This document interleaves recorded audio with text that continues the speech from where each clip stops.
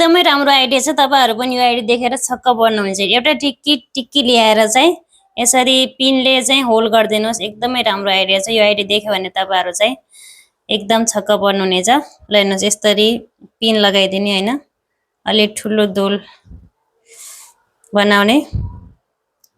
ल हेर्नुस् अब चाहिँ के गर्ने भनेपछि कान छ नि कान, जसको कानमा चाहिँ धेरै लुचिएको छ, जसको कान हुन्छ नि हैन, बाली हाल्दा हाल्दा कान एकदमै लुचिएको छ भने मेरो हातमै चिप्केर आउँछ। ल हेर्नुस् अनि लुचिएको छ अथवा मार्केटका बालीहरु हाल्दाखेरि पनि एकदमै के हुन्छ भने कति बेला कान पाक्छ, दुख्छ आफुलाई भनेपछि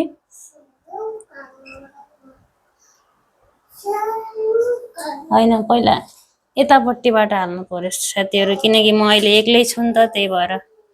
अनि भिडियो बनाउँदाखेरि म यति कन्फ्युज हुन्छु नि गाइस नभन्नु न।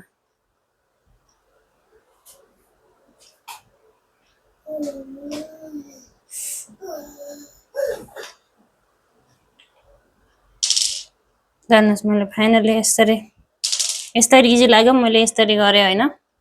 तपाईहरु पहिले नै कानमा ल हेर्नुस् यो तरिकाले चाहिँ तपाईहरुको यदि कान दुख्छ अथवा तपाईहरुको कान लुचिने धेरै डर लाग्छ अथवा तपाईको अलरेडी कान लुचिएर पुरा होल एकदम ठुलो भइसकेको छ भनेपछि यो भन्दा अलि ठुलो टिक्की ल्याएर चाहिँ यो तरिकाले हजुरहरुले कानमा बलि लगाउन सक्नुहुनेछ। कस्तो लाग्यो मेरो आइडिया? आइडिया राम्रो लाग्यो भने भिडियोलाई लाइक गरेर शेयर गर्नु होला र सेभ गरेर राख्नु होला। भुलिहाल्छ नि फेरि।